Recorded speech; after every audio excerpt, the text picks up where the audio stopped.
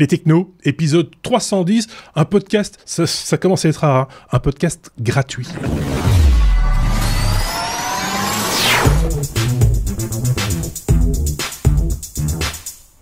L'épisode 310, je le disais, oui, podcast gratuit, parce que apparemment c'est la mode de faire des podcasts payants maintenant.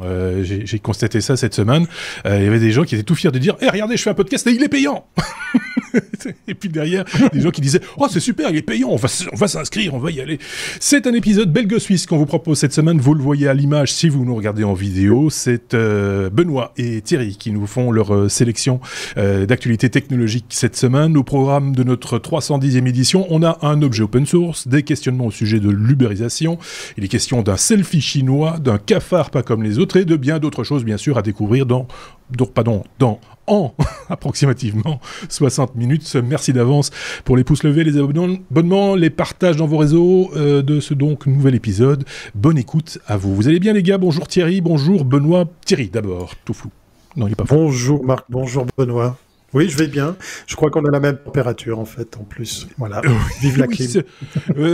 Là, j'ai un ventilateur qui me pulse de l'air tiède. Donc, voilà. Ma peau sera complètement décollée d'ici la fin de l'épisode. Du côté de chez Benoît, on a l'impression qu'il est dans un studio photo, Benoît, tellement il est... en plus, il bouge pas. Il a mis une photo de lui, en fait. Tu vas bien, Benoît? Il fait trop chaud, j'ai mis une photo. Mais oui, je vais bien, merci. Bonjour à tous les deux. On salue nos auditeurs, ceux qui nous ont laissé des commentaires et les autres aussi, bien sûr. Parmi ceux qui nous ont laissé des commentaires, il y avait cette semaine Jax, Pascal Hell, Pierre Laure, Givdel, qui nous signalait qu'après Fastly, la semaine dernière, on a parlé de Fastly, le CDN qui était tombé en panne, vous vous rappelez. Eh bien, Akamai a également rencontré des problèmes, nous dit-il. Il a laissé un lien en commentaire, d'ailleurs, de l'épisode précédent. Et puis, Laurent, via Podcast Addict, nous a mis 4 étoiles, c'est très gentil. Mais il n'aime pas nos blagounettes pas drôles, dit-il. Désolé, je n'ai pas de balai. Sinon, je le ferais bien avec un balai dans le pou, mais non, je peux pas. Désolé. Mais bon, vous savez, chacun son humour, comme on dit dans ces cas-là. Hein. On va essayer d'aller droit au but. Hein. On a bien compris le message aussi. On va accélérer le mouvement, si vous le voulez bien. Par exemple, en commençant directement notre abécédaire. Voilà. S comme selfie. Pourquoi le S comme selfie commence le... Qui m'a fait... Alors, on vous a dit les blagounettes pas drôles. C'est pas drôle. Alors on va dire que c'est S comme c'est C comme chinois peut-être ou S comme selfie. Parce que S c'est la lettre de Suisse. Non, oui c'est ça. Voilà. T'as tout à fait raison. En plus on a dit que c'était un abécédaire. On n'a pas dit qu'il était dans l'ordre. Hein. Jamais on a dit ça. Voilà. Exactement. On commence avec la lettre S comme selfie. C'est un robot, le fameux robot chinois qui est sur la planète Mars, qui fait des photos à tout va. Thierry. Oui, comme chinois, B comme blagounette, hein, désolé pour ceux qui n'aiment pas les mauvaises blagues, voilà, j'en suis l'auteur, le Suisse de retour. Oui, alors c'est marrant parce qu'en fait, cette photo, elle fait un petit peu parler d'elle, puisqu'en fait, on nous raconte que le robot, plus le vaisseau qui a... à Marcy, atterri sur Mars. Donc oui, voilà, c'est plus simple. J'essayais de trouver le verbe qui va avec, mais bon, on va laisser tomber. Il fait trop chaud pour réfléchir. Et donc, du coup, sur cette photo, on voit le robot, on voit le vaisseau à l'arrière, et puis effectivement, tout ça a été photographié par un appareil qui, on nous raconte, a été déposé au loin, peut-être quelques mètres. Tout ça. Mais moi, je crie au complot parce que a-t-on vraiment posé le pied sur la Lune? A-t-on vraiment des Chinois qui ont atterri sur Mars? Non. C'est assez marrant parce qu'en fait c'est important, hein. Il se passe pas mal de choses chez nos amis chinois. Il y a encore des baïkonautes, hein, parce qu'on dit pas cosmonautes, hein, quand il s'agit effectivement taïkonautes, ouais. Oui, taïkonautes, t'as tout juste. Et du coup ils sont à fond dans cette symbolique, hein, puisque on fête les 100 ans, et je sais que j'ai pas envie de parler de politique, mais on fête les 100 ans du règne communiste chinois, et ils Ivocom, il lâche les chiens. Alors comment cette photo a été prise? Est-ce que c'est un vrai cliché bardé d'ailleurs des fameux logos, hein, tant qu'à faire, on va pas oublier de brander tout ça. Oui, tout à fait. Mais c'est une image importante, moi qui m'a comment dire interpellé, tout en me posant la question de savoir mais combien de temps, comment ils l'ont fait, parce que à en juger, là, Benoît, qui est le professionnel de la photo, il va peut-être pouvoir essayer d'estimer la distance en regardant les détails du sol.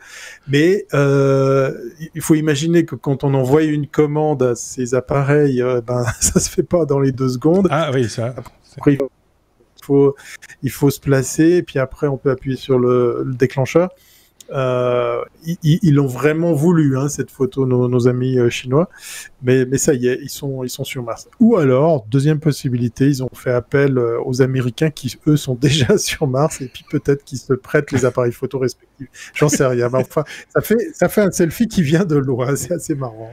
C'est vrai qu'après la rencontre spatiale entre les Américains et à l'époque l'URSS, pour un peu adoucir les angles dans la guerre froide, une photo complice de l'un par l'autre pourrait être de bonne aloi. Bon, quand on entend Joe Biden qui était de passage à Bruxelles cette semaine, on comprend que ça va pas être tout de suite qu'on va faire copain avec les Chinois, hein, soyons très très clairs là-dessus. Donc donc voilà.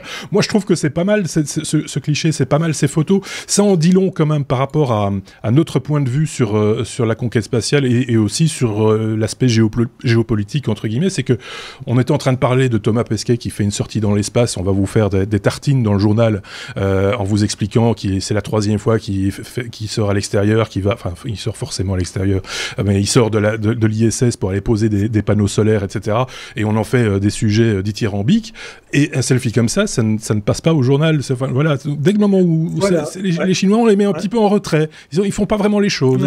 Ils sont en train de monter une station spatiale tout seuls comme des grands parce qu'on les a refoulés, justement, on les laissé dehors au niveau de l'ISS. Donc ils ont dit on va faire la nôtre. Elle est bien plus petite évidemment, 2 à 3 fois plus petite je pense que l'ISS, 3 fois plus petite que l'ISS, mais ils le font, ils y vont. Donc c'est un peu particulier notre façon de les voir.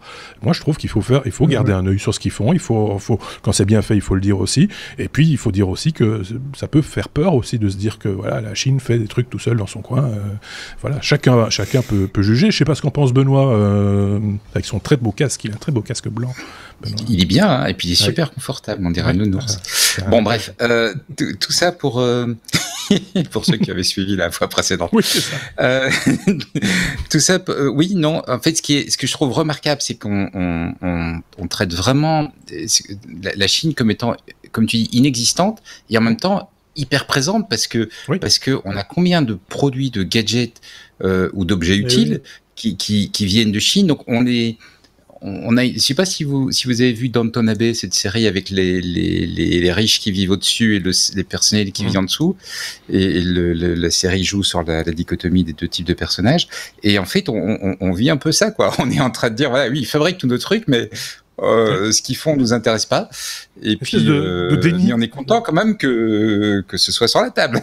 Ouais, bien sûr, mais il y a une espèce de déni par rapport à l'avancée technologique que la Chine peut avoir, et c'est un déni qui peut être dangereux quelque part, parce que ils prennent de l'avance et que voilà, sur le plan, je le répète, géopolitique, ça peut avoir un poids non négligeable, on va dire. Donc voilà. Donc ceci dit, voilà un bel exemple, cette photo. On n'avait quasiment pas parlé c'est vrai que ce qu'on dit l'atterrissage sur Mars, hein, un truc comme ça, de l'arrivée sur c'est pas atterrissage, de l'arrivée sur Mars à la limite, mais atterrissage. Oui, non, je sais bien, je le faisais exprès, c'était une blagounette pas drôle. Je vais devoir faire des panneaux blagounettes pas drôles. Mais c'est pareil quand ils ont été sur la Lune, ils ont alluni, pour bien parler, sur la face cachée de la Lune, machin, etc. Personne n'en parle, voilà. Donc on peut pas dire qu'ils ont un contrôle de l'image tout à fait extrême comme c'était le cas à l'époque du bloc soviétique. Ils diffusent de l'image, mais personne ne s'en sert, on dirait. C'est très particulier. Effectivement, c'est un petit peu à analyser. Oui, pourquoi la face cachée? Oui, c'est juste ça. La face cachée. C'est parce que voilà, ils ont certainement caché des trucs derrière, des antennes 5G, des usines à vaccins, la femme de Bill Gates. Voilà. Donc, très logiquement, après la lettre S, on va passer à la lettre C, comme cyborg. Cyborg / cafard, nous dis-tu, Benoît, avec un drôle de bestiaux. Ouais, tout à fait. C'est une découverte de Xavier que je remercie parce que j'ai suivi la news et ça m'a intéressé. J'ai recherché les documents et tout. J'ai trouvé le sujet absolument passionnant. De quoi s'agit-il? C'est un cyborg, c'est-à-dire un être mi-homme, enfin mi-vivant plutôt, pas homme, mi-vivant, mi-machine. Oui, parce que quand ça a plus de 4 pattes, c'est pas un homme. La gounette, pas drôle. Est-ce qu'on peut retirer les étoiles quand on les note sur une chaîne de podcast? Et donc on passe. Alors le truc qui est assez génial, c'est de se dire, pour faire de la recherche, comme tu as par exemple un effondrement de terrain, un bâtiment qui s'est effondré, etc., il faut quelque chose qui va être capable de pénétrer, qui est petit, qui va pouvoir passer autour des obstacles, qui va pouvoir repérer des êtres vivants. Et on ne sait pas aujourd'hui fabriquer de robots comme ça. On ne sait pas fabriquer de robots parce qu'il faut que le robot ait en fait énormément d'autonomie, donc ça veut dire une grande puissance de calcul. On ne sait pas fabriquer parce qu'il faut que le robot ait la capacité de passer sur des terrains compliqués, donc ça veut dire un système de motorisation compliqué, donc ça veut dire beaucoup de matériel, et puis en plus il faut qu'il soit autonome pendant longtemps, donc ça veut dire il faut une grosse batterie. Et donc c'est trop gros, ça passe pas. Or, c'est l'endroit idéal où on voudra envoyer un robot.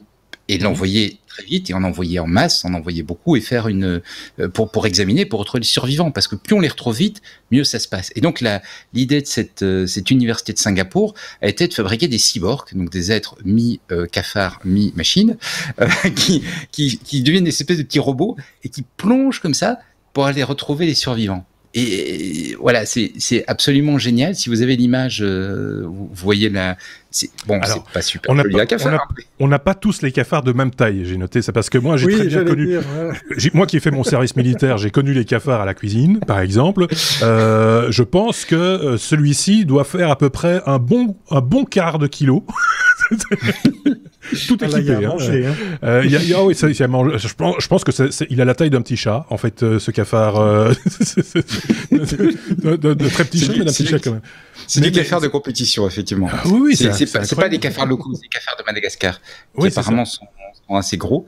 Ouais. Mais il faut, puisqu'il faut pouvoir quand même emporter. Donc si vous n'avez pas l'image, donc vous avez l'animal, et sur l'animal, on met un sac à dos, en fait, avec de l'électronique, et c'est ce sac à dos qui va rajouter... Il a presque l'équivalent de Raspberry Pi sur le dos, hein. Je dis ça, je dis rien. Non. C'est pour vous donner la taille du cafard. Non, c'est parce que tu regardes là, franchement, le machin fait 15 grammes, parce que le cafard est capable de porter une vingtaine de grammes, et donc le sac à dos, avec la batterie, l'électronique et le système de détection des victimes, fait 15 grammes. Justement, pour être capable d'être emporté pendant plus de 2 heures et demie par le cafard. Pour faire une bonne grosse recherche, quoi. Alors, ce machin qu'ils ont mis sur le dos, c'est passionnant. Ça fait 2 choses. La première chose que ça fait, ça repère, c'est le moins intéressant, ça repère des victimes. Et donc, pour ça, ils ont mis, assez bêtement, j'ai envie de dire, une caméra infrarouge. Elle repère de la chaleur et un système qui va détecter si la chaleur, c'est un tuyau qui a percé, si c'est un radiateur, ou si c'est un être humain. Ou si c'est un chat, ou il est trop petit, ou si c'est un être humain, et donc qui va permettre du coup de détecter s'il y a un être vivant qu'il faut aller rechercher. Ça, c'est la première fonction.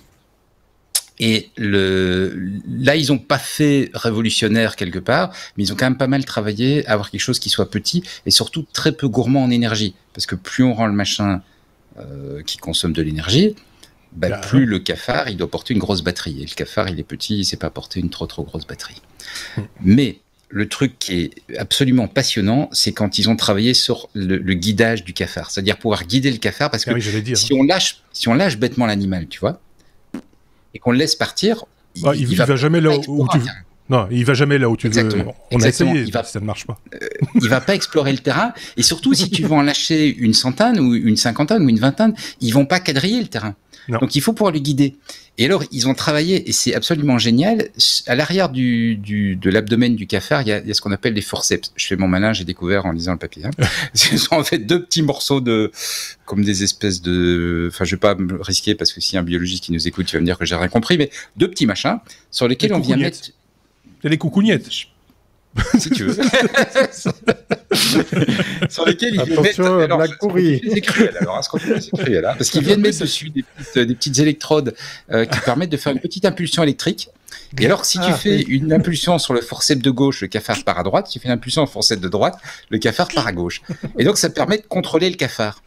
Et le truc, c'est qu'évidemment, on le contrôle pas à distance. T'as pas un opérateur qui est derrière et qui va guider le cafard. Donc, ils ont inventé un truc autonome qui permet de dire, OK, le cafard, il va dans telle direction, puis il va aller là, puis il va aller là. Donc, une zone à quadriller quelque part. Et toute l'intelligence, ça a été de faire en sorte que on combine ça avec la capacité de l'animal à éviter les obstacles. Parce que quand ils ont la première version qu'ils avaient fait, ça guidait le cafard à gauche à droite et ça allait le coincer. Et puis le cafard était coincé et puis il savait pas ce qu'il devait faire parce que quelque part on le laissait pas. Et donc ils ont travaillé pour avoir un truc qui est capable de détecter quand le cafard est en train de se coincer sur un obstacle. À ce moment-là, on libère l'animal. On n'essaie plus de le guider. L'animal, pas super malin, mais efficient quand même, est capable de sortir de l'obstacle. Il monte au-dessus, il passe à gauche, il passe à droite, enfin bref, il s'en sort. Et une fois qu'il en est ressorti, là, que le système de guidage reprend. Et donc, c'est génial. C'est vraiment cette notion de cyborg, quoi. Ce qu'on a compliqué à faire en électronique, qui consomme beaucoup d'énergie, qui va être coûteux, c'est-à-dire le déplacement, et toute une logique qui sera extrêmement complexe. Il faudra un lidar ou un truc pareil pour faire de l'évitement d'obstacles. Énormément de puissance de calcul, donc beaucoup de batterie, beaucoup de consommation. On le laisse à l'animal. Et la partie où on veut avoir l'efficience en faisant un quadrillage, etc., on prend le contrôle sur l'animal. C'est vraiment le cyborg. J'ai trouvé ça génial. Mais oui, vraiment. parce qu'à un moment donné, ce cafard, s'il se sent coincé, on fait appel à son instinct naturel. C'est exactement ça. On lâche les manettes, on dit débrouille-toi, vieux.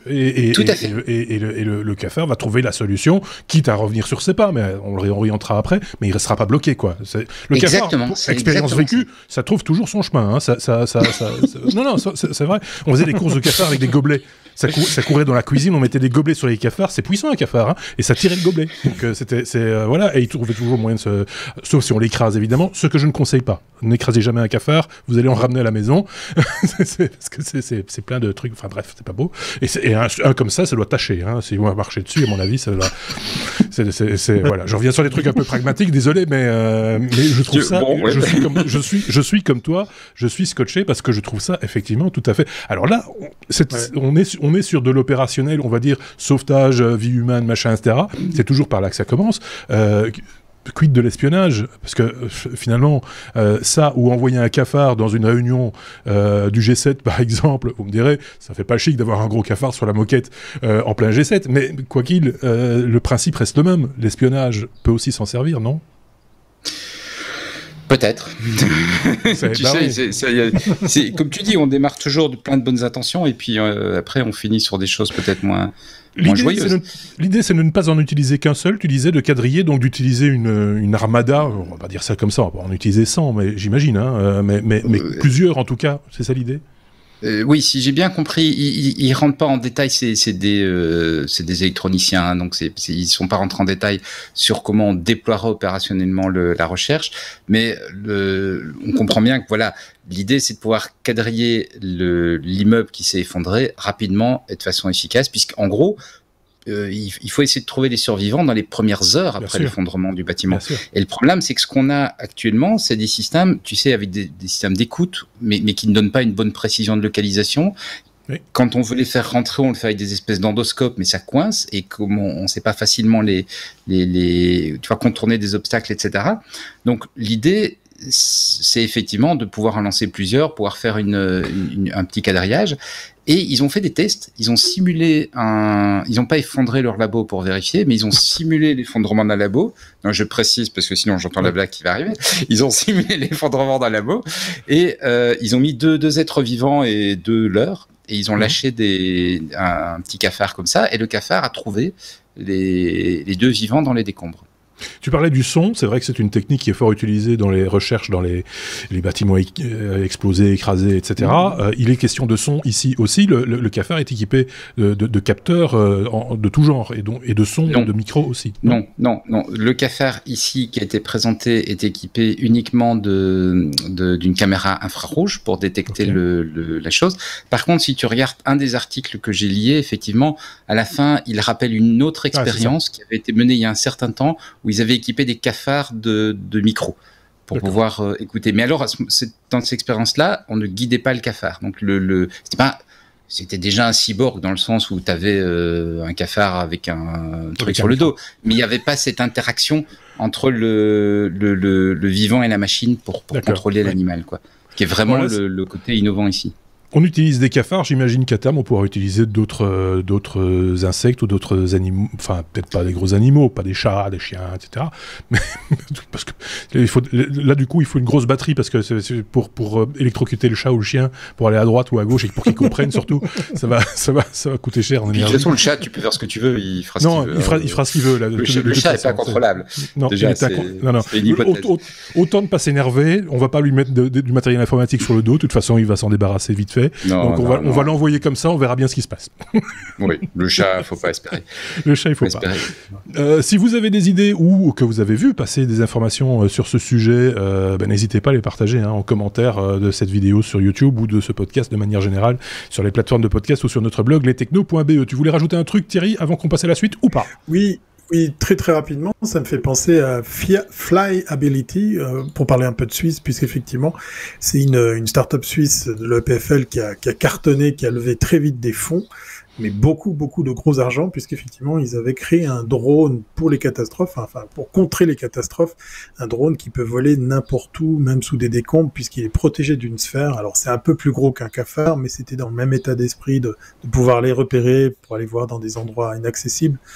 On le vend pas que pour ça. On peut par exemple imaginer envoyer un drone à Tchernobyl pour aller voir ce qu'il y a comme fuite.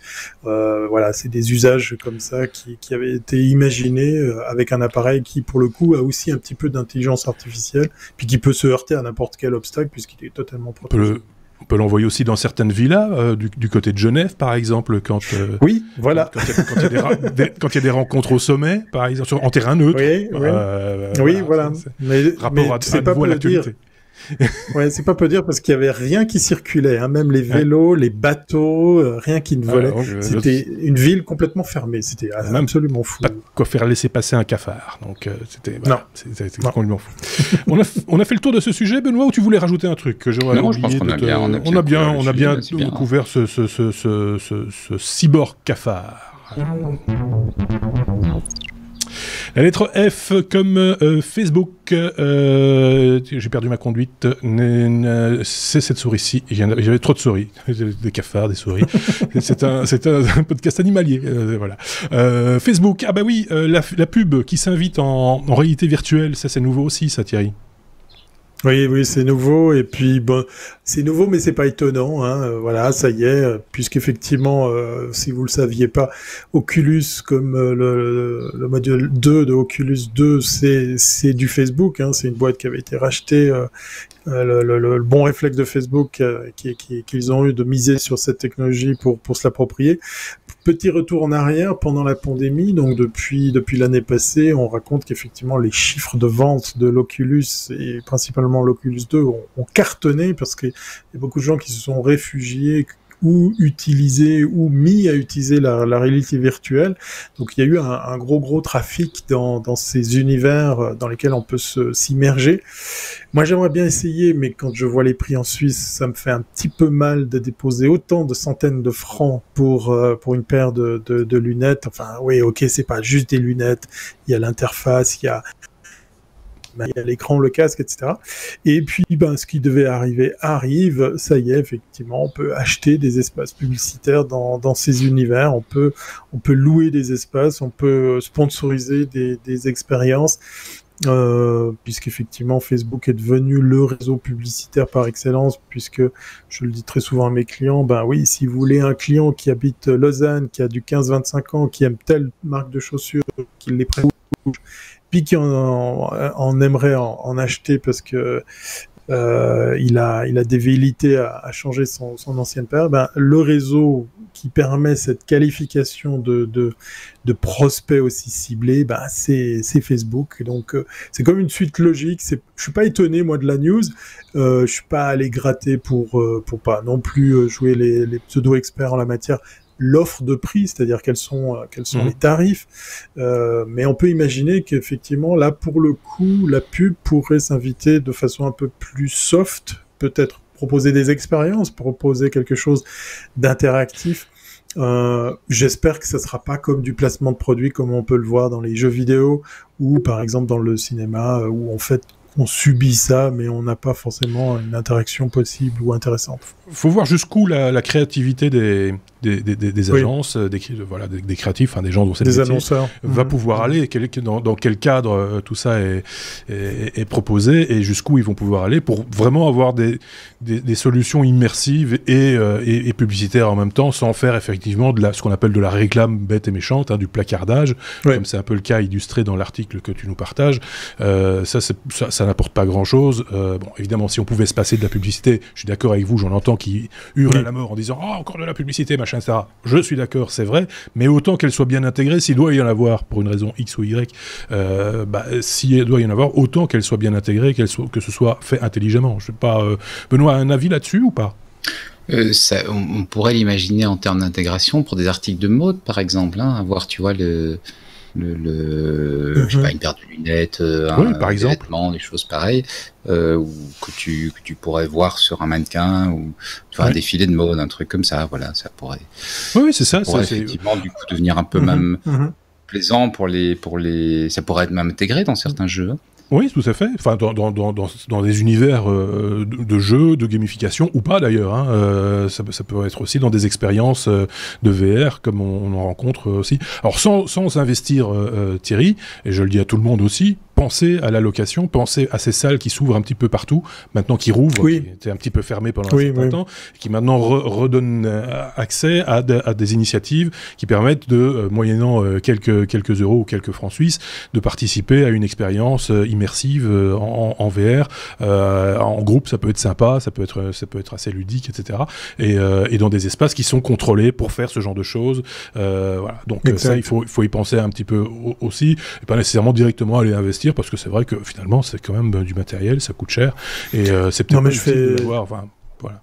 Ouais, je fais mon ronchon parce qu'effectivement, nous, voilà, dès que le produit passe les frontières suisses, venez une fois en Suisse et puis vous allez à la Fnac, pour citer un exemple parmi tant d'autres, et puis vous soulevez l'étiquette de prix qui a été collée par-dessus le prix qui est lui imprimé. Je suis assez content que tu le dises comme ça parce que tu as dit venez une fois en Suisse.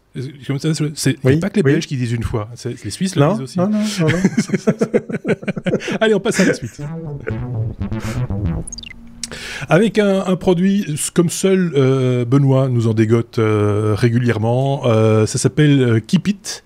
Je l'ai vu partager sur Twitter, parce que quand il tombe sur un truc comme ça, il partage très vite. Et donc moi je vois ça. Donc je vais te laisser, Benoît, nous expliquer ce qu'est Keep It. Keep It, l'idée est assez simple, c'est de faire de l'électro qui dure, et donc pour ça, qui sera réparable.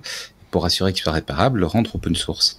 Alors, c'est une entreprise commerciale, donc c'est pas un truc de maker, c'est une entreprise commerciale. Ils vendent un premier produit qui est une bouloire, le nom est un peu bizarre, Jaren, ou Jaron, je sais pas trop. Jaren, elle dit la dame.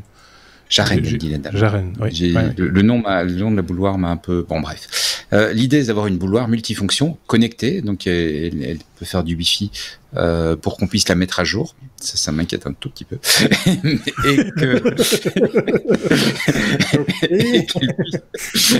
et également avoir des fonctions d'accessibilité, donc la rendre accessible à des personnes qui ont un handicap. Alors, la grande idée, c'est pas le côté connecté, la grande idée, c'est vraiment de faire de l'électroménager qui dure. D'où le nom d'ailleurs Keep It. Les anglophones ont reconnu Keep It, garde-le. Ouais. Keep It, garde-le. Mais c'est une boîte française. Okay. Et le truc, c'est de se dire qu'effectivement, une bouilloire, c'est pas cher. Si on boit du thé, on les consomme assez vite, parce que ça tient pas longtemps. Et là, l'idée, c'est de faire un produit qui va d'abord être construit quali. J'aurais envie de dire, comment on les fait plus, monsieur ? Si vous voyez ce que je veux dire en disant ça. Un produit quali, bien fabriqué, etc. Fabriqué avec des composants standards donc des composants qu'on pourra reprendre même dans 5 ans, même dans 10 ans, même dans 15 ans, quand on voudra réparer, et avec le fait que les plans et les différents éléments seront disponibles en open source, et donc on pourra du coup trouver un réparateur ou la réparer soi-même, ou aller dans un atelier maker et la réparer là-bas. Le truc, c'est une bouilloire qui est bien faite, hein, elle a l'air sur le papier, je l'ai pas essayé, hein. Elle a l'air bien faite pour les amateurs de boissons chaudes parce qu'elle permet de choisir la température. Donc quand on fait du thé, le thé noir, il vaut mieux souvent le faire à 95, 95, mais le thé vert, il faut surtout pas être à cette température-là, faut être à du 60, 70, sinon il devient amer. Et donc la bouilloire est capable d'être réglée, donc c'est plutôt une bouilloire haut de gamme. Comme je disais, elle a une connexion Wi-Fi, donc on peut la connecter à distance. Ils ont également, parce que le prix, on va revenir dessus dans un instant, je sais que c'est un sujet que tu aimes beaucoup, Marc, le prix est un petit peu plus élevé qu'une bouilloire traditionnelle, donc ils ont prévu des accessoires pour qu'on puisse avoir un produit multi-usage également. Donc tu vas pas juste faire monter. Ceux qui ont l'image ont été pour le coup un petit peu gâtés parce qu'ils ont vu déjà et anticipent ma question, parce que qui dit bouilloire, tu as parlé du thé, de l'eau pour le thé, etc., éventuellement de l'eau pour sa petite soupe, machin, etc. Mais on peut y cuire des pâtes aussi. Il y a des accessoires connexes qui permettent de l'utiliser presque comme un cuiseur électrique qui va au-delà de simplement faire bouillir de l'eau, quoi. Tout à fait. Donc il y a un accessoire pour faire du thé, il y a un accessoire pour faire bain-marie, il y a un accessoire pour faire une cuisson vapeur, et il y a un accessoire qui là franchement me fait douter perso, un accessoire pour faire cuire ses pâtes et son riz. Alors j'essaie de m'imaginer, on fait cuire ses pâtes, t'as tout l'amidon des pâtes qui sort, tu sors ça, tu mets ton eau pour le thé. Ouais, mais moi j'ai quand même des doutes sur la... Bref, c'est pas cette partie-là que je prendrais. Le produit est à un prix comme on ne fait plus, mon bon monsieur, hein, c'est comme la qualité de fabrication. Donc en précommande, il est à 200 €. Donc c'est quand même à peu près 10 fois une bouilloire qui ne va pas durer dans le temps.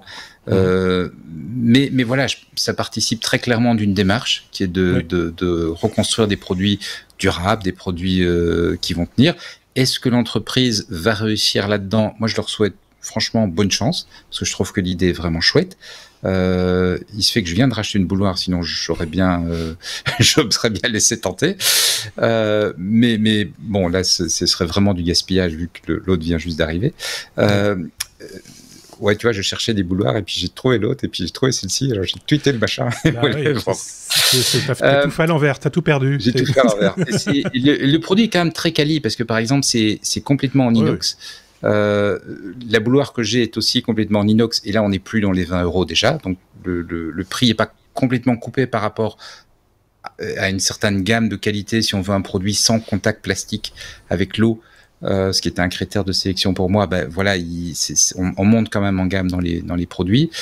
Il a la fonction, comme je disais, de sélection de température qu'il n'y a pas sur la bouilloire que j'ai acheté moi, qui fait aussi toujours monter un petit peu en gamme. Mais le prix reste effectivement, voilà, le prix d'un produit qui a été construit pour être réparé, le prix d'un produit où les plans vont être rendus disponibles, le prix d'un produit qui fait le choix de prendre des composants standards, et donc le prix de ce que ça donne si on réindustrialise chez nous avec des principes un peu vieillots par rapport à faire fabriquer du bon marché en Chine qu'on va remplacer tous les ans. Et ça rappelle effectivement les produits qu'on retrouve de temps en temps dans des musées maintenant, c'est bizarre, hein, mais des produits électroménagers des années 50-60, tu vois, qui étaient qu'on construisait, tu vois, les vieux fers à repasser électriques et des choses comme ça, qu'on construisait pour durer sans s'inquiéter de savoir comment on allait repasser et vient la vapeur plus tard. Et puis voilà. Mais voilà, ça me fait penser un peu à ce type de produit-là. On revient un peu à ça, hein, à des produits durables, oui, et réfléchis différemment, quoi. Pas réfléchi. Alors, le modèle économique, il est quand même bancal, hein. Il faut être très très clair, puisque une fois qu'on en a acheté une, on n'a pas besoin d'une deuxième, sauf si on fait cadeau à quelqu'un. Il va falloir inventer d'autres produits du même acabit. Mais ils ont prévu d'autres produits, hein. Ils ont prévu un lave-linge et un grille-pain déjà. D'accord, ok. Si tu veux, en même temps, moi j'ai un grille-pain de la marque Dualit, qui est une marque anglaise, qui vend des grille-pains qui sont réparables. et du coup qui sont un peu sur cette logique du produit que tu vas garder quasiment éternellement, et ils vivent très bien, Dualit, hein. C'est une boîte qui est c'est pas une grande boîte, c'est pas une multinationale comme Seb avec des volumes phénoménaux, mais c'est une boîte qui est viable économiquement. Ouais. Oui, parce que il faut voir sur le long terme, à ce moment-là, pour être plus clair. Je pense par exemple, alors j'ai oublié le nom, ça m'énerve un petit peu, ces cafetières en inox italiennes qu'on met sur le gaz ou sur la plaque électrique. Oui, ça doit être ça. Et qui est en situation de faillite, hein, parce que c'est increvable, mais ils en vendent plus. c'est un peu ça le problème, parce qu'une fois que t'en as un, voilà, j'ai celui qui fait 4 tasses, maintenant j'ai celui qui a 6 tasses, celui qui a 8 tasses, ça va, j'ai famille nombreuse, c'est bon. Celui qui fait du cappuccino. Et voilà, et puis après, c'est terminé, bonsoir, quoi. C'est un petit peu ça le risque aussi enfin, ceci dit, le marché est tellement gigantesque que quelque part, il doit pouvoir y avoir moyen de s'en sortir. Je m'inquiète pour rien. Mais voilà un bon produit. On vous avait dit, hein, avec Benoît, de temps en temps, il nous sort des trucs comme ça, un petit peu spéciaux. Je sais pas si Thierry avait un commentaire à rajouter par rapport à ça ou pas. Ouais, moi j'étais en train de me dire, mais je sais pas, une bouillarde, c'est un récipient, un corps de chauffe et un interrupteur et puis un bout de câble, oui. Donc c'est un peu ça. Techniquement réparable. Oui, mais enfin ça dépend, parce que maintenant on te les fabrique un petit peu fait pour pas réparer, hein, en gros, hein. On te met des vis qui sont pas des vis, ou on te met des trucs, c'est rifté, c'est pas vissé, c'est collé, c'est pas clipsé. Ouais, dans ce sens-là, tu l'ouvres pas, quoi. Des trucs comme ça. Ici c'est clairement, si j'avais écouté la dame parler là tantôt, il y a 6 vis en tout. Pour tout le bidule, et pas des vis compliquées avec des formes bizarres, etc. Des vis classiques du commerce, voilà. Donc c'est vrai que c'est cet esprit-là aussi. Ouais, c'est vrai que la fonction de réglage de température, si en plus tu peux faire joujou avec ton smartphone parce que c'est connecté en Wi-Fi, là j'avoue que c'est pas mal pour les amateurs de thé, parce qu'effectivement il y a du marché par rapport à ça. Durable, c'est pas nécessairement innovant, extraordinaire, etc. C'est simplement les pièces facilement accessibles, par exemple. Voilà, c'est une résistance. Tu parles de ton grille-pain. Il existe sur le marché des résistances toutes seules qui permettent de réparer un grille-pain, mais le problème c'est que les grille-pains que tu achètes dans le commerce aujourd'hui, elles ont un truc un peu spécial qui fait que tu vas pas pouvoir bien le réparer parce qu'il faut la pièce AE, machin, etc. Voilà, ici c'est des trucs un peu universels. Donc voilà, c'est open source, il n'y a pas d'autre mot. Et on peut passer à la suite du coup. Oui. Avec, tiens, on va parler musique. Non, pas vraiment. On est à la lettre P comme Pink Floyd. Heureusement que tu ne me l'as pas mis à la lettre F. J'aurais trouvé ça bizarre. C'est Roger Waters, le leader du groupe Pink Floyd, qui a dit tout ce qu'il pensait de bien de Mark Zuckerberg, et ça m'a bien amusé. Ouais, moi j'ai pas pu m'empêcher de la sortir parce qu'effectivement Pink Floyd, je suis pas un immense fan, mais j'aime bien ce groupe parce qu'effectivement voilà, on a grandi avec. Bah oui. Non mais moi j'étais plutôt Queen que Pink Floyd. Voilà. Moi ça m'a emmerdé de voir que Freddie Mercury décède. Je lui en ai voulu. Mais bon, ça c'est une autre histoire. Donc Pink Floyd, parce qu'effectivement ils ont pas leur langue dans leur poche. Alors il faut dire que les propos de notre ami Waters sont issus d'une espèce de conférence, de sommet sur la protection des données, sur des mouvements un petit peu... voilà, je vais pas m'étendre, mais disons que voilà, il était déjà dans une attitude franchement ouverte dans le débat. Et puis lors de ces échanges, il a lâché le fait que quand Zuck l'a appelé pour dire « Écoute, j'ai pas mal de blé à te donner pour avoir en échange la possibilité d'utiliser un de vos morceaux pour une pub pour Instagram parce qu'elle lirait super bien votre musique sur ce qu'on a imaginé. » Alors l'histoire elle date un petit peu, hein, c'est pas récemment que Zuckerberg avait envie d'utiliser la musique de Pink Floyd, mais c'est dernièrement que Roger Waters l'a sorti pour dire en fait je l'ai envoyé bouler parce que non seulement je sais pas combien il voulait me donner, mais j'en ai strictement rien à carrer, mais en plus je trouve que ce mec est un niais, un idiot, un enfoiré, enfin bref, j'extrapole, hein, il a peut-être pas utilisé tous non, il a quand même dit qu'il voulait pas être complice de ces conneries. En français dans le texte, pour le coup. Voilà, c'est pour faire super court, c'est ça. Vous retrouverez effectivement dans les liens la petite vidéo lors de cette on parlait de Assange et de WikiLeaks, hein, dans les propos sur lesquels lui s'exprimait.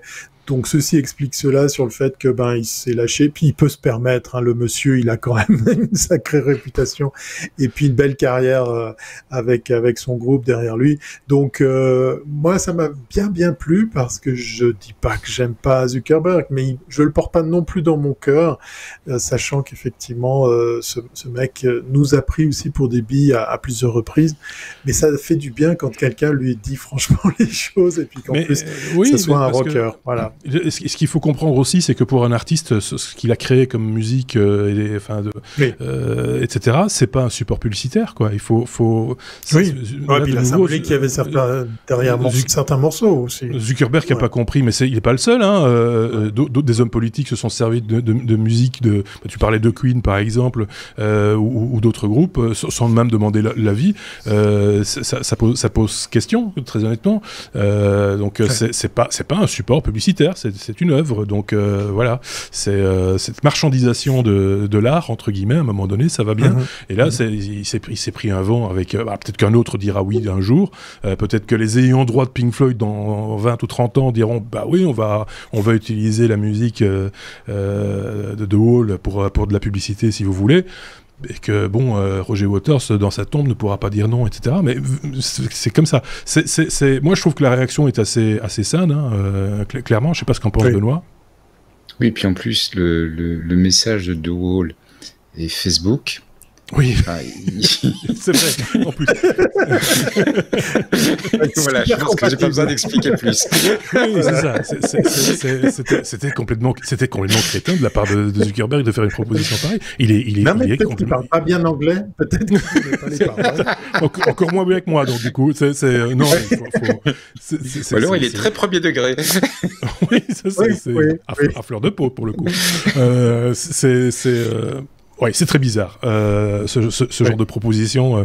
Aller Franco rencontrer un artiste et lui dire « Tiens, je voudrais faire de la publicité avec ta musique. » Bien sûr. J'ai un gros paquet de blé pour toi. J'ai un gros paquet de blé pour toi. Vends ton âme. Non, c'est juste pas possible. Quoi. Bon, allez, passons à la suite. Onefinity. De quoi s'agit-il ? On est à la lettre O. Qui est évidemment après la lettre P, comme toujours. C'est abécédaire part en couille. Je le dis, voilà. C'est ma faute. C'est ma faute. Je suis l'auteur des blagounettes pourries. C'est ma faute. C'est moi qui ai foutu la merde dans l'abécédaire. Voilà. C'est déjà qu'il n'y a pas tellement longtemps. Oui, mais non, et puis on va finir par. Oui, c'est ça. Il n'y a pas tellement longtemps, on a cru qu'on fumait des joints, parce qu'on était vraiment parti et on parlait du mois de juin et de la façon de le prononcer. C'était dans le bonus de la semaine dernière. Je vous invite à aller l'écouter. Ça va vous énerver sans doute. Mais bon, on va parler d'un chariot pliant. Alors là, pour le coup, tu t'es pas foulé pour le titre. Onefinity, c'est un ustensile, encore une fois, un truc un peu particulier pour makers. Voilà, c'est une CNC, donc c'est une machine à fabriquer des choses. Oui. Très vite, j'en avais donné une description un peu plus longue dans un épisode récent. C'est une machine qui, à l'aide d'une fraise, enlève de la matière pour fabriquer un objet. Donc on met un bloc de matériaux, du bois, du métal, du plastique, et avec une fraise, on enlève. Et c'est comme ça, par exemple, qu'Apple fabrique les MacBooks. C'est comme ça, c'est l'inverse d'une imprimante 3D, en fait. Oui, quelque part. Enfin, techniquement, les imprimantes 3D sont des CNC, parce que CNC, ça veut dire machine à commande numérique, ce qui est le cas aussi pour une imprimante. Mais effectivement, dans le langage courant, on va dire que une CNC, c'est avec la fraise s'enlève et de la fabrication soustractive, alors que l'imprimante 3D est additive. Et puis, ce qui est bien, c'est qu'en fait, il y a des produits, c'est un mode de fabrication qui se démocratise. On avait depuis toujours des petites CNC de bureau qui n'étaient pas trop chères et qu'on pouvait avoir chez soi. Et maintenant, on commence à avoir des modèles d'une bonne taille qu'on peut aussi avoir chez soi. Mais le problème, c'est que c'est encombrant. Ouais. Ça prend beaucoup de place. Parce que il faut que la tête puisse se déplacer sur la taille voulue. Et contrairement à une imprimante 3D où on va peut-être faire des pièces qu'on va assembler, on peut aussi quelque part. Mais l'intérêt de partir d'un bloc complet, c'est qu'il est complet, il préserve son intégrité et donc il va être plus robuste. Ouais. Si tu le découpes en petits morceaux pour pouvoir le travailler dans la machine et puis tu rassembles les morceaux, tu perds le côté robustesse d'une certaine manière. Donc l'intérêt, c'est de pouvoir partir à partir d'une pièce d'une grande taille. Et du coup, la tendance à faire des machines de plus en plus grandes fait que ça pose un petit problème dans l'atelier personnel. Et alors, Onefinity a proposé quelque chose a annoncé il y a une semaine quelque chose de révolutionnaire sur ce marché-là. C'est la capacité de monter une CNC sur un chariot pliant, ce qui veut dire qu'on peut replier la CNC, la placer dans un coin quand on s'en sert pas, la déplier, la sortir quand on s'en sert. Comme pas mal d'autres outils, hein. Il y a beaucoup de scies qui fonctionnent comme ça, qu'on replie quand on n'a pas besoin. Ça fait un peu passer. Ça fait un peu penser à l'établi. Alors, il y a eu différentes marques. Hein, l'établi pliant, c'est un peu l'idée. Hein. Tout à fait. C'est-à-dire que c'est exactement inspiré de ça. Ce sont des outils où quand on a besoin de l'outil, on le déplie. Quand on n'a pas besoin, on le range. Soit ça libère de la place si on utilise l'espace pour faire autre chose. Soit ça veut dire que si on travaille une plus grande pièce, on peut mettre une autre machine et le faire avec. Sur ce marché-là, ça n'existait pas, donc c'est assez nouveau sur ce type de choses. Ils ont aussi sorti une version qu'on peut accrocher au mur. L'idée étant que souvent on a un mur grand avec un espace vide, donc on peut l'accrocher au mur. Je pense que ça doit être un petit peu moins pratique pour mettre le bloc de matière à travailler. Donc je pense que l'idée d'avoir un chariot qu'on déplie est plus malin. Mais le concept est... Enfin, Onefinity, c'est une boîte, c'est une de ces quelques boîtes. Il y a aussi une boîte belge dont j'avais parlé il y a pas longtemps, qui essaye vraiment de rendre ses produits beaucoup plus simples d'accès, en n'ayant pas des produits qu'il faut assembler pendant des heures et qui viennent rapidement à assembler, autonomes et ici également plus facile à intégrer dans un atelier.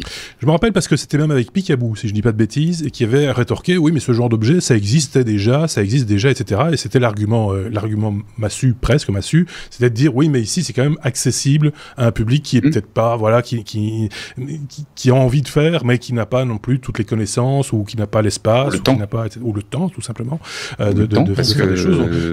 C'est un argument qu'on peut entendre, effectivement. Oui, c'est comme ça qu'on a amené des imprimantes. Une semaine, elle est montée, hein. C'est comme ça qu'on a apporté certaines imprimantes 3D dans le grand public. Hein. Moi, je me rappelle que des grandes surfaces en ont vendu des imprimantes 3D il n'y a pas si longtemps que ça. Donc, c'est plutôt pas mal pour mettre la main au truc et pour se lancer peut-être sur des machines plus grandes. Je voyais une vidéo, je pense à ça maintenant, je fais une toute petite incise, mais je voyais une vidéo d'un gars qui avait fabriqué lui-même sa CNC, mais...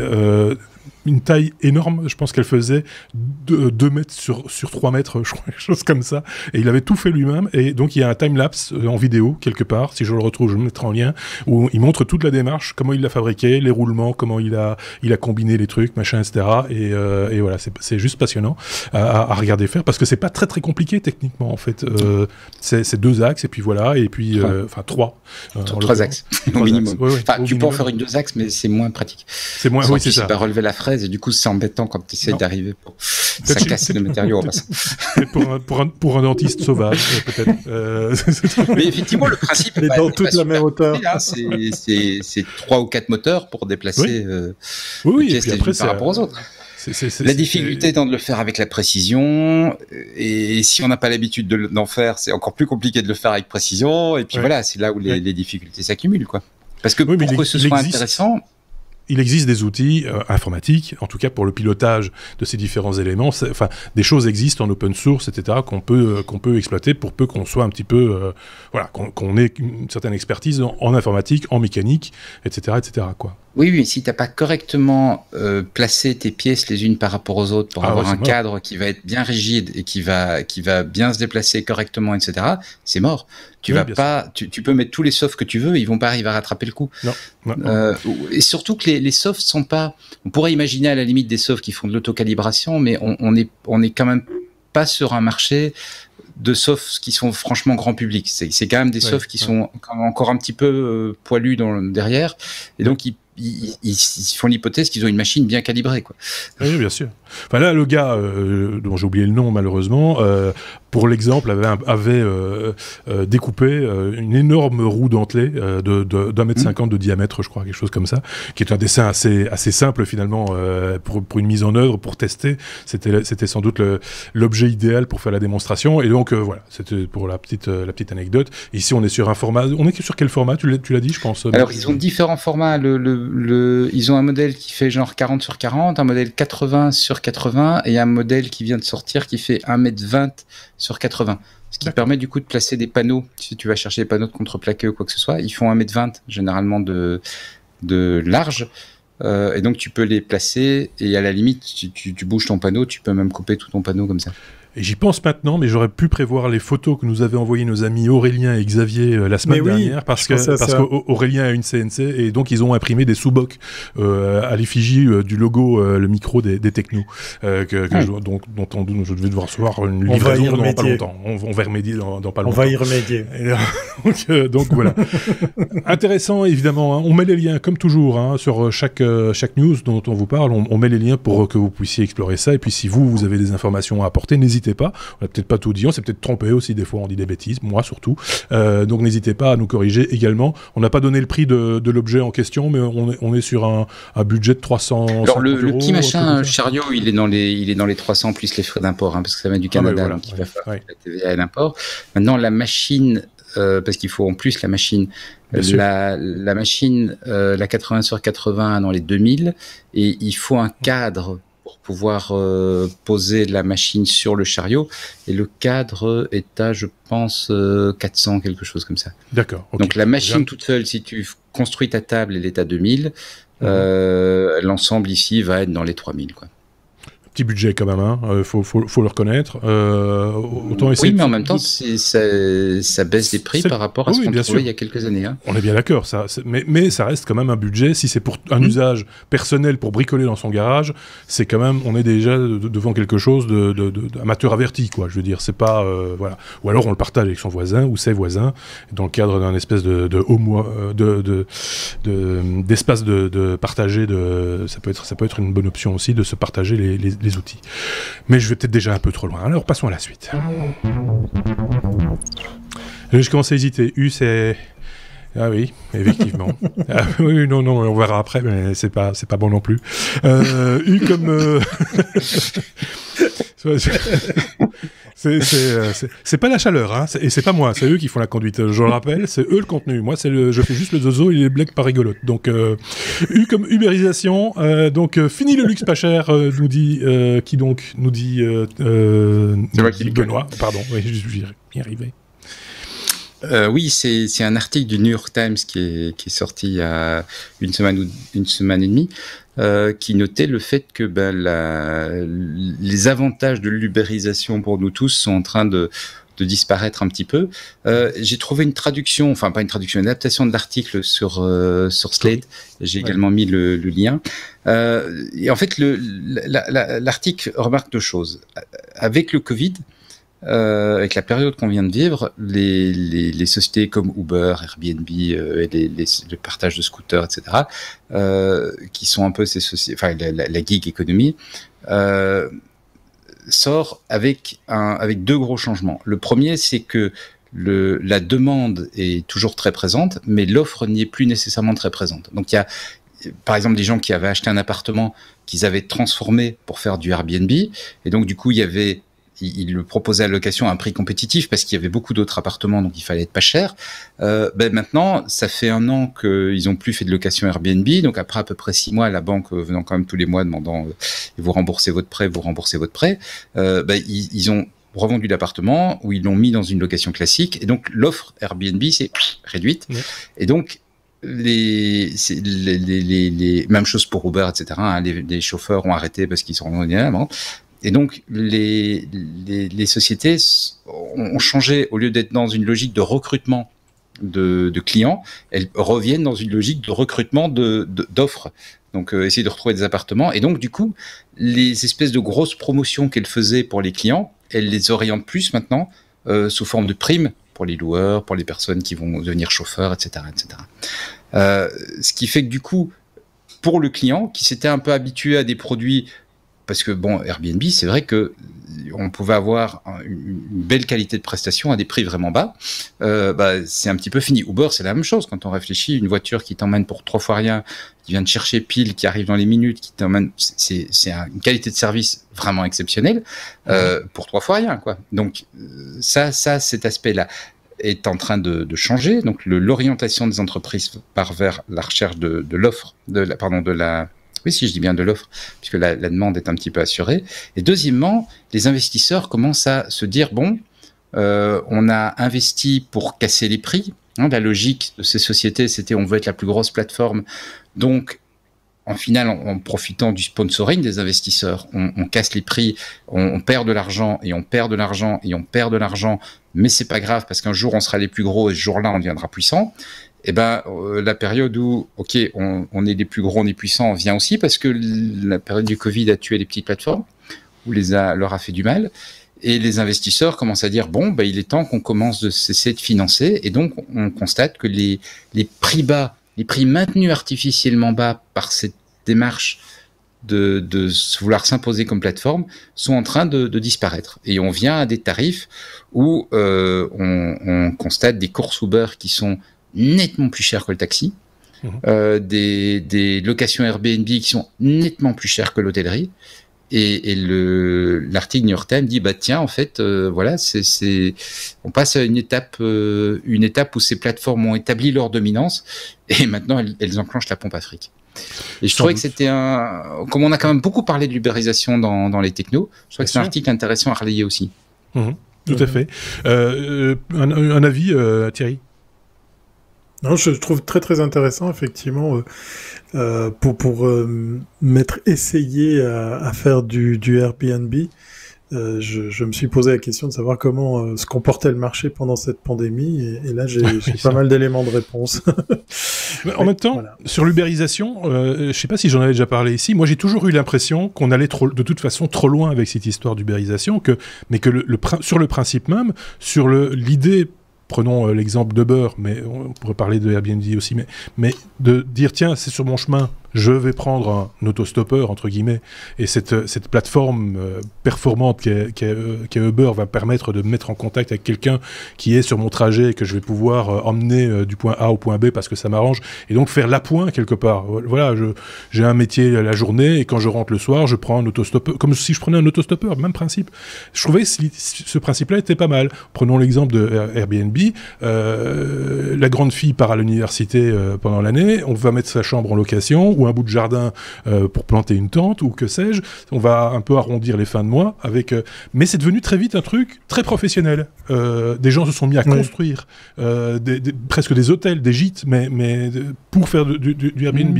Des gens se sont mis à acheter un véhicule pour faire du Uber. Et ça, je pense qu'on a été... alors, c'est poussé par... Et des villes se sont retrouvées à interdire. New York, par exemple, sur Manhattan, sur l'île, tu n'as plus de Airbnb. On est sorti du truc bon enfant, quoi. Et on aurait peut-être dû rester dans le truc bon enfant. Enfin, après, c'est tout l'intérêt aussi de ces boîtes qui ont fait des levées de fonds et qui espèrent rentrer dans leurs dépenses. Mais moi, je pense qu'en tant qu'usager, je trouvais ça bon enfant au départ, plutôt sympatoche, etc. Et puis à un moment donné, tu te dis, mais même le livreur Uber Eats qui part avec un vélo de la marque Uber, c'est le truc mis en abîme du système complètement débile. Il y a un truc là, je pense qu'on a dépassé la limite et qu'il fallait pas dépasser la limite parce qu'effectivement, à partir de ce moment-là, dans les villes, on se retrouve confronté aux taxis qui sont là depuis très longtemps, dans certaines villes qui payent cher et vilain des licences pour pouvoir travailler, sont obligés de rentrer dans des normes, dans des canevas, etc. Pareil pour l'hôtellerie, qui doit aussi être dans des normes qui coûtent très cher, et voir à côté de chez eux des gens qui se permettent de louer des chambres sans aucune autre façon de faire que de donner les clés et merci, bonsoir. C'est ça qui a aussi un petit peu, enfin pas un petit peu, qui a fort, je trouve, tordu le principe. Oui, non ? Oui, franchement. Franchement. Ou d'ailleurs, Thierry. l'un ou l'autre. Allez-y, ne vous battez pas. Non, je voulais juste pour parler de New York, parce que j'ai eu l'opportunité il y a très longtemps de louer un Airbnb à New York, et je me rappellerai toujours cette expérience. Un chouette quartier, hein, c'était dans Chelsea, mais je me rappelle que la rencontre avec la tenancière des lieux a duré, je pense, 3 minutes 10, le temps qu'elle descende de son gros 4x4 Mercedes, qu'elle trouve dans toutes ses clés le bon trousseau, qu'elle m'emmène à l'appartement et qu'elle me dise voilà la télécommande, voilà la télé, comme si c'était ma seule préoccupation, accessoirement le code Wi-Fi, et l'appart était un appart super, grand, bon prix, mais clairement, en fait, la Miss faisait un business et en avait plusieurs. Et ça a contribué, je pense, à faire que une ville comme New York, mais c'est pas la seule, interdise carrément l'usage de ces types de locations. Benoît, pour conclure, peut-être un truc en plus. Bah oui, mais j'aime bien ce que tu dis en disant c'était bon enfant, mais le problème, c'est que très vite, ça n'est pas resté bon enfant. Je lisais récemment les box, tu sais, les box repas. La boîte qui a inventé la box repas, c'est des gens qui avaient un concept assez simple, qui était un truc un peu sympa, bon enfant et tout. Et quand le concept, on a vu que ça a marché, des différentes sociétés se sont dit tiens, des entrepreneurs se sont dit tiens, je vais reprendre le même concept et je vais chercher du financement, etc. Et t'arrives tout de suite à tout de suite une grosse logistique, un gros truc, une grosse croissance et tout ça. Et en fait, la boîte qui a inventé le concept, elle existe toujours, elle est sur son marché local, elle n'en sort pas. Et tu vois, c'est le fait d'avoir cet investissement majeur, parce que l'investisseur, il dit, OK, je veux bien donner pendant 5 ans des montants colossaux, mais il faut qu'il y ait quelque chose à la sortie, et la chose à la sortie, c'est la domination du marché. Oui. Et donc, forcément, pour la domination du marché, tu dois sortir du côté bon enfant. Ça a amené ces boîtes, forcément, à en sortir. Ça c'est dans l'idée de faire vraiment beaucoup d'argent. Ben, on pourrait très bien imaginer d'avoir une très très bonne idée, et comme tu le disais, de la faire fonctionner au niveau local, et de pouvoir en vivre, parce que ça ne demanderait pas une très très grosse structure, et de pouvoir faire vivre une poignée de personnes autour, et de rendre service à un tas de gens qui seraient très, très heureux de ça, et ça ne rentrerait en concurrence frontale avec aucune institution ou aucune autre profession ayant pignon sur rue. Ce serait parfait en fait. Mais c'est pas la culture de la Silicon Valley. C'est pas trop la culture des Américains non plus, de manière générale, et de non plus quelque part. Oh, ça, je ne dirais pas. Là, tu fais des généralisations. Mais il y a quand même toujours l'idée de gagner de plus en plus. On ne peut pas gagner autant que la fois précédente parce qu'on a l'impression de gagner moins. Donc c'est ça.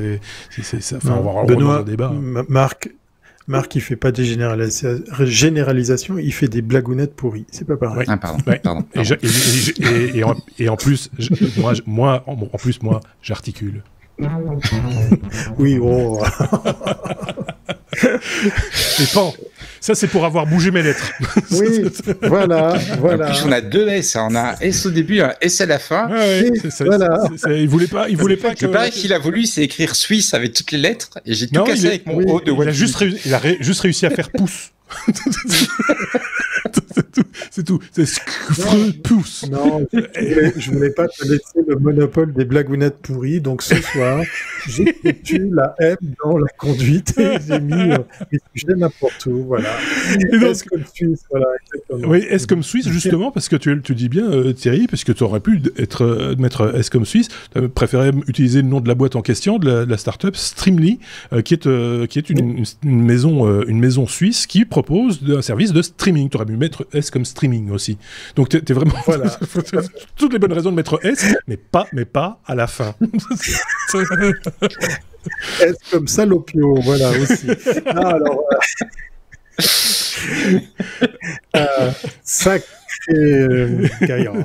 Oui, alors est-ce comme Streamly, oui, exactement, une info, une Suisse, puisqu'effectivement, en plus dans les fondateurs, j'en connais quelques-uns, puisque voilà, le tissu économique et entrepreneurial de notre beau pays ne m'est pas franchement inconnu, et donc du coup, ces 5 Suisses, ils étaient 3 au départ, il y a des Valaisans dedans, donc Voilà, pour les Suisses qui nous écoutent et qui nous regardent, ben vous comprendrez le petit gag de se dire que ben oui, voilà, les Valaisans innovent avec Streamly, qui est un drôle de projet. Hein. Ça a beau être des potes pour certains dont fait partie l'équipe qui a monté tout ça. Je suis un petit peu dubitatif parce qu'ils ont une idée en réponse au Covid. C'est-à-dire, ils se sont dit, il y a plein de gens, des artistes, des comédiens, des chanteurs qui sont un petit peu dans la panade. Alors ça partait d'un bon constat, qui sont un petit peu bloqués dans leur élan pour gagner par exemple leur vie, et ils se sont dit pourquoi on montrait pas une plateforme de streaming super simple à utiliser, mais dans laquelle il y aurait beaucoup de choses en plus. Alors comme ça, d'un premier abord, quand vous aurez fait un tour sur Streamly, ça s'écrit STRIMLY pour ceux qui nous écoutent, ben vous pouvez comme ça vous ouvrir une chaîne en quelques clics, c'est assez simple. Vous allez vous retrouver à pouvoir, au travers de votre browser, votre navigateur, streamer vos contenus, mais vous aurez également la possibilité d'annoncer votre événement dans un agenda qui, pour le moment, on doit être honnête, qui est pas franchement délirant, hein, parce que autant il y a des dates jusqu'en septembre, autant, ben voilà, ça doit un petit peu s'étoffer. Ils nous vendent l'idée que ça s'ouvre à tout le monde, hein, c'est pas que pour la Suisse d'ailleurs, pour la petite histoire, mais en plus de l'agenda pour annoncer votre événement, eh bien il y a la billetterie, parce que oui, messieurs, c'est effectivement dans l'idée de gagner de l'argent que Streamly voit le jour. Donc on est loin des modèles économiques à la Twitch, à la YouTube. On est dans un système où en fait, ben voilà, vous ouvrez votre canal, vous proposez vos contenus, vous essayez de ramener du chaland, et à coût de 2, 3, 5 francs, le participant s'achète un ticket et peut suivre comme ça votre spectacle, votre DJ set, ou pourquoi pas votre concert. Donc je leur souhaite plein de succès, parce que j'ai toujours dit, mais ça commence à dater, je vais passer pour un vieux con, qu'il serait temps qu'on ait un YouTube suisse. Pourquoi ? Parce que je pense que revenir à quelque chose de local a un sens, hein, on vient d'en parler dans d'autres domaines. Maintenant, les envies qu'ont Streamly et les fondateurs qu'il y a derrière, que de s'ouvrir au-delà du marché suisse, sont ambitieux. Derrière, il y a de la technologie, puis on n'a pas besoin de s'arrêter à savoir quelle est-elle, mais c'est assez marrant, ils le disent dans une interview, qu'ils se sont amusés à aller taper à la porte d'Amazon, et ils ont été entendus par un des fondateurs de Twitch, par des hauts pontes du domaine du streaming, tellement ils ont été pris au sérieux par rapport à ça, mais ils ont aussi réalisé que lors de cet entretien, il y avait peut-être encore plein de choses à imaginer, mais ça y est, c'est annoncé comme une bêta, mais c'est très fonctionnel, vous pouvez y aller, vous pouvez monter votre chaîne Streamly, et pourquoi pas gagner votre vie avec des lives. C'est très bêta, hein, parce que quand on va effectivement sur la plateforme, oui, on mettra le lien évidemment. Le prochain live programmé s'appelle Test. Oui. On se doute que c'est encore un peu. Les pâtures sont fraîches, hein, on est sur une V1.0.0 bêta 13, voilà. C'est tout ça pour dire. Mais c'est intéressant, c'est ambitieux. Il y a eu d'autres exemples, hein, du même genre, me semble-t-il, au niveau streaming. L'idée, par exemple, d'avoir une salle de concert virtuelle. J'ai connu des artistes qui avaient utilisé ça à un moment donné, c'était bien avant le Covid, et qui leur permettait de faire un concert dans leur salon, en fait, tout simplement, plutôt que de louer une salle et de déplacer des gens, etc. Ils disaient, rejoignez-nous, on va faire un set live pendant 35 minutes, 40 minutes, depuis notre salon, et on fixe une heure de rendez-vous, et vous venez et vous payez un petit quelque chose, comme si vous payiez une entrée pour une salle de spectacle, exactement la même chose, sauf que vous êtes dans le confort de votre salon et nous dans le nôtre. Voilà. C'était un peu ça l'idée, donc j'imagine que ça rejoint un peu l'idée aussi ici, donc c'est une façon, quelque part, c'est le Twitch payant ou le Twitch à la carte, enfin je sais pas comment on pourrait mettre ça, ou le streaming live privé, ou privatisé. Oui, ils défendent l'idée du streaming sur le cloud, donc en fait tu ouvres ton navigateur et c'est tout ce dont tu auras besoin. D'ailleurs, pour la petite histoire, il n'y a pas d'enregistrement Voilà, ils sont très très très simples. La billetterie se configure mais vraiment en 3 clics. Hein, c'est vraiment bête comme chou. Et bien évidemment, il y a une rétrocession. Hein, il y a une quote-part de quelques pourcentages qui est perçue sur le prix que vous allez fixer sur chacun des billets que vous allez vendre. Et puis à l'issue de votre prestation, tout ça part en fumée, puisqu'effectivement, on n'a pas la notion d'enregistrement. Il n'y a pas derrière toutes les fonctionnalités qu'on pourrait trouver sur les autres outils. Ouais, ok. Bon, affaire à suivre, j'ai envie de dire. C'est courageux. Je sais pas comment peut-être que Benoît trouvera mieux les mots que moi. Je trouve ça à la fois ambitieux, courageux, et en même temps, avec les mastodontes qu'on a en face de nous, les YouTube, les Twitch et autres, c'est un peu... Enfin, voilà. J'ai pas les mots. Benoît, qu'en penses-tu de ton côté? Mais non, moi je trouve que c'est malin parce qu'il faut une manière de se différencier. Avec le Covid, on a quand même pas mal consommé, je pense, d'événements live comme ça. C'est vrai. Moi, je suis sur une plateforme d'apprentissage ainsi où tu peux suivre des conférences et les conférences et des formations si tu préfères et les formations sont en fait effectivement c'est payant, mais c'est le même principe, c'est-à-dire que quasiment le même principe, c'est-à-dire que tu es là à l'heure, tu écoutes et puis voilà quoi. Il y a des formateurs qui reviennent toutes les semaines, toutes les 2 semaines, mais c'est à chaque fois différent. Ça va être à chaque fois une section différente. C'est du vrai live. Avec le fait que par contre, si tu as participé à la session, tu as accès pendant un certain temps à un enregistrement. Mais il faut que tu aies été là. Il suffit pas de s'être inscrit. Il a fallu être là. Donc il y a quand même la volonté de. Oui, c'est ça. Il y a quand même je comprends l'idée. Il faut quand même marquer son intérêt, quoi. C'est pas, il faut pas y aller un peu en dilettante en disant je vais payer 2 € pour regarder un truc comme ça et puis je verrai bien. Non, il faut y aller avec l'ambition d'apprendre quelque chose, quoi. Voilà. Et alors en même temps, si tu réfléchis, on va pas rentrer sur une plateforme comme ça. Enfin, il y a un intérêt à avoir une plateforme fédératrice.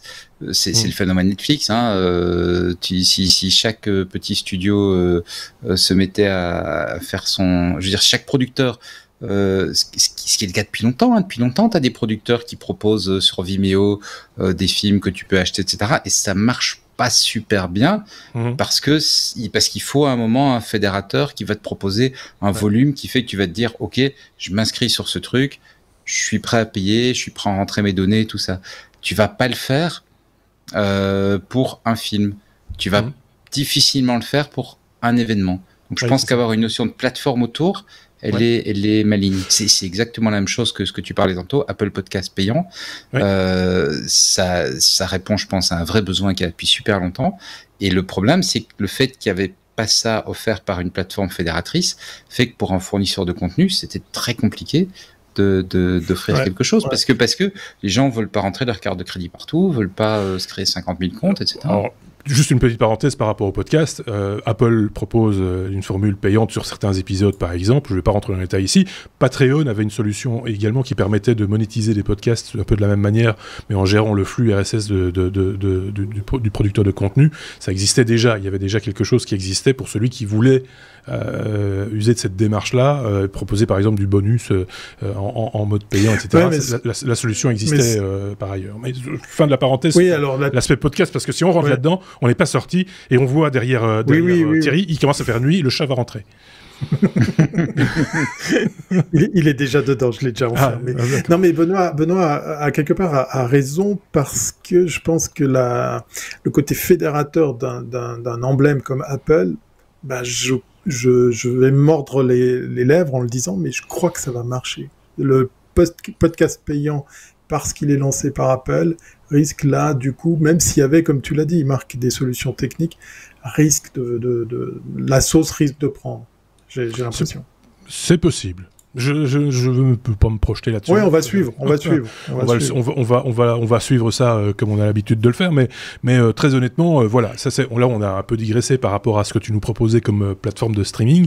Juste une question encore pour conclure sur ce sujet, Thierry. C'est juste pour la Suisse ou un Belge, un Français, un Équatorien? Non, alors ils Ils ont des velléités à s'ouvrir effectivement à l'extérieur. Effectivement, c'est un projet suisse-suisse, même valaisan pour être plus précis. Mais clairement, vous qui nous écoutez depuis ou nous regardez depuis la Belgique, la France ou le Canada, allez-y, hein, faites-vous plaisir parce qu'effectivement, c'est possible de vous ouvrir un compte et puis de proposer. Après, ça fera apparaître le truc là où le bas blesse, c'est effectivement la promotion de ces contenus. C'est pas tout d'avoir un agenda. Je pense qu'il va falloir aussi bosser sur le côté mise en avant, promotion des différents lives qui seront proposés. Une fois de plus, à mon avis, ils auraient intérêt à s'associer avec des acteurs dans genre téléphone, etc. pour profiter d'un système d'abonnement qui est déjà en place. Ouais. Tu vois, et c'est ça de nouveau la force d'une plateforme. C'est que voilà, en tant que producteur de contenu individuel, tu vas pas avoir la capacité de mettre en place ces différentes formes de partenariats qui sont indispensables pour rendre l'expérience utilisateur facile. Oui. Et une plateforme peut le faire. Moi, je trouve l'idée maligne. Ok, bon on a été un petit peu long sur ce dernier sujet, mais ça valait la peine. Merci en tout cas de nous avoir suivis jusqu'ici. N'hésitez pas à laisser des commentaires, des pouces si vous êtes sur YouTube, des étoiles comme je dis d'habitude, sur les plateformes de podcast habituelles, des commentaires. Partagez tout ça avec vos amis si vous le désirez, si vous avez des amis. Nous, c'est j'ai l'habitude de le dire, notre seul salaire. Donc on n'a pas l'intention de devenir payant demain. Hein, soyons très très clairs avec ça. Voilà, n'hésitez pas. On va vous proposer encore un petit bonus.